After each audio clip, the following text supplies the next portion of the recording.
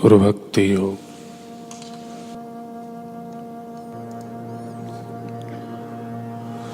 जीवन का ध्येय गुरु की सेवा करने का बनाओ।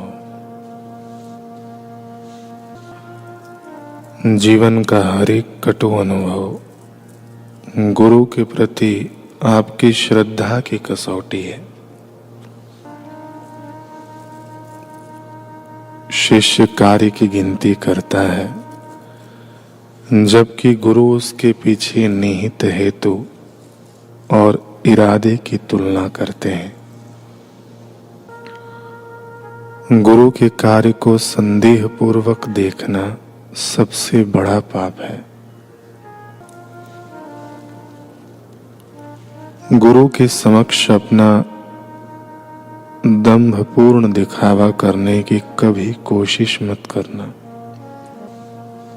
शिष्य के लिए तो गुरु आज्ञा पालन जीवन का कानून है।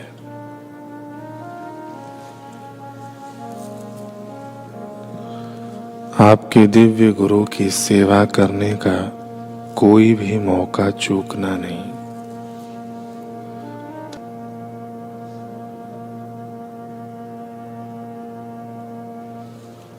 पूज्य श्री हमें गुरु आज्ञा पालन का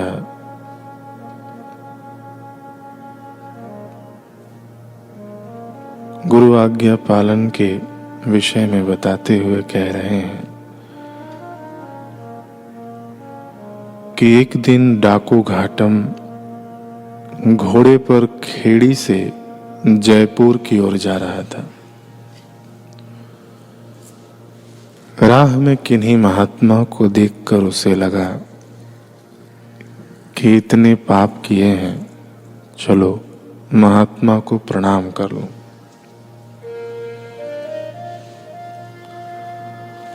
घोड़े से उतरकर उसने महात्मा को प्रणाम किया। महात्मा कोई साधारण महात्मा नहीं थे, बड़ी ऊंची कमाई के धनी थे। उन्होंने पूछा कि तुम कौन हो? महाराज, संत के साथ क्या झूठ बोलना, मैं डाकू घाटम हूं, आपका आशीर्वाद चाहता हूं।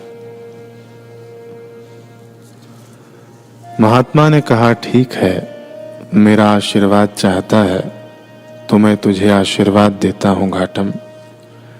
तेरा ऐसा कल्याण हो कि दुनिया तुझे याद करे। बेटा, अगर तू मेरी बात मान लेगा तो संतों की जिह्वा पर भी तेरा नाम आएगा।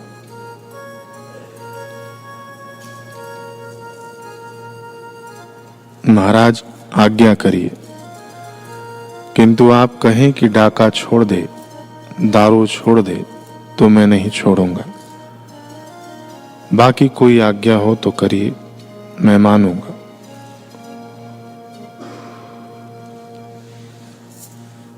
महात्मा ने कहा, बेटा, जो करना हो सो कर, पर मेरी 4 बातें मान। महाराज, कौन सी 4 बातें? देख घाटम, एक तो तू सत्य बोलना,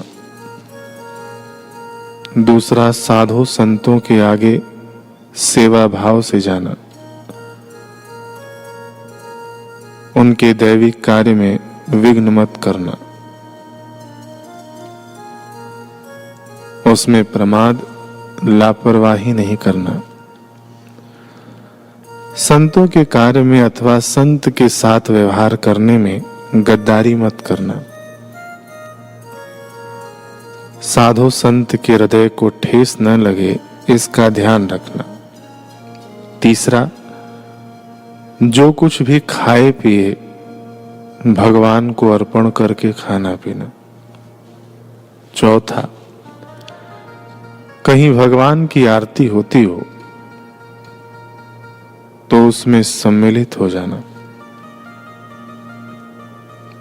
आरती के दर्शन करना पुण्यदायी होता है, इससे पाप नाश होते हैं, वातावरण शुद्ध होता है, हृदय पवित्र होता है, शत्रु बुद्धि का शमन होता है। तो बस घाटम ये 4 बातें मानना।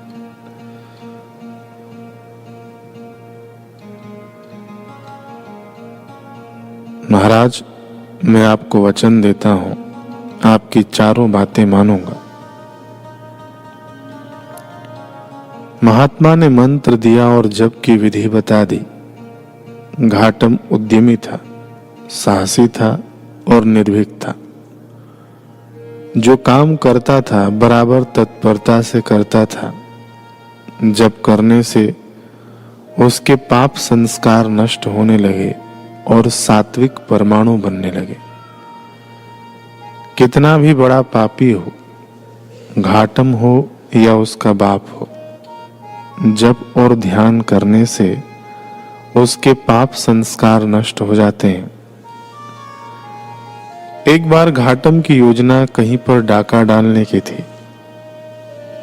इतने में आश्रम में उत्सव होने की बात याद आई। घाटम ने सोचा, गुरु के आश्रम जाता हूं, क्या ले जाऊं? गुरुजी जिस घोड़े पर जाते हैं वह घोड़ा साधारण है। 2 पैसे का राजा अच्छे घोड़े पर सवारी करता है और मेरे गुरु का घोड़ा साधारण। मैं गुरुजी को बढ़िया घोड़ा भेंट दूंगा। जयपुर नरेश का घोड़ा बहुत बढ़िया था। पहले उसी घोड़े का डाका डालेंगे और गुरुजी को भेंट में देंगे। वह बहादुर पहुंच गया जयपुर नरेश के अस्तबल में। सबसे अच्छा घोड़ा खोला और उस पर सवार हो चल पड़ा। सिपाहियों ने पूछा, कौन हो? मैं घाटम हूं। सिपाहियों ने सोचा, घाटम तो डाकू है, यह राजा का कोई खास आदमी होगा, नया नया आया लगता है। राजा साहब ने घोड़ा लाने के लिए भेजा होगा, छोड़ो इसे।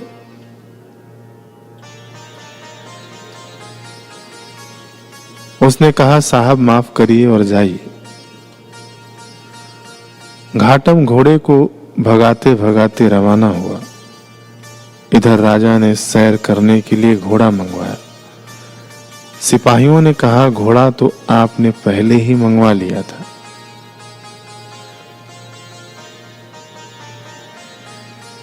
राजा ने कहा, मैंने तो नहीं मंगवाया था। अरे मूर्खों, घोड़ा कैसे चला गया, कौन ले गया? सिपाही ने बताया कि कोई नया आदमी था। हमने पूछा कि कौन हो तुम? तो उसने कहा, घाटम हो। यदि घाटम होता तो सत्य थोड़े ही बोलता। किंतु घाटम ने गुरु को वचन दिया था कि सत्य बोलूंगा। वचन पालने में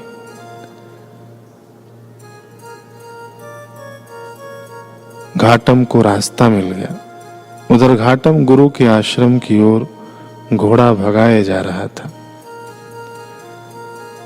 राजाज्ञा से सिपाहियों ने घोड़े की खोज में घोड़े के पद चिन्हों पर अपने घोड़े भगाए। रास्ते में आरती हो रही थी। घाटम ने देखा तो गुरुजी का वचन याद आया कि आरती के दर्शन करना। घोड़ा पेड़ से बांध दिया और आरती देखने गया।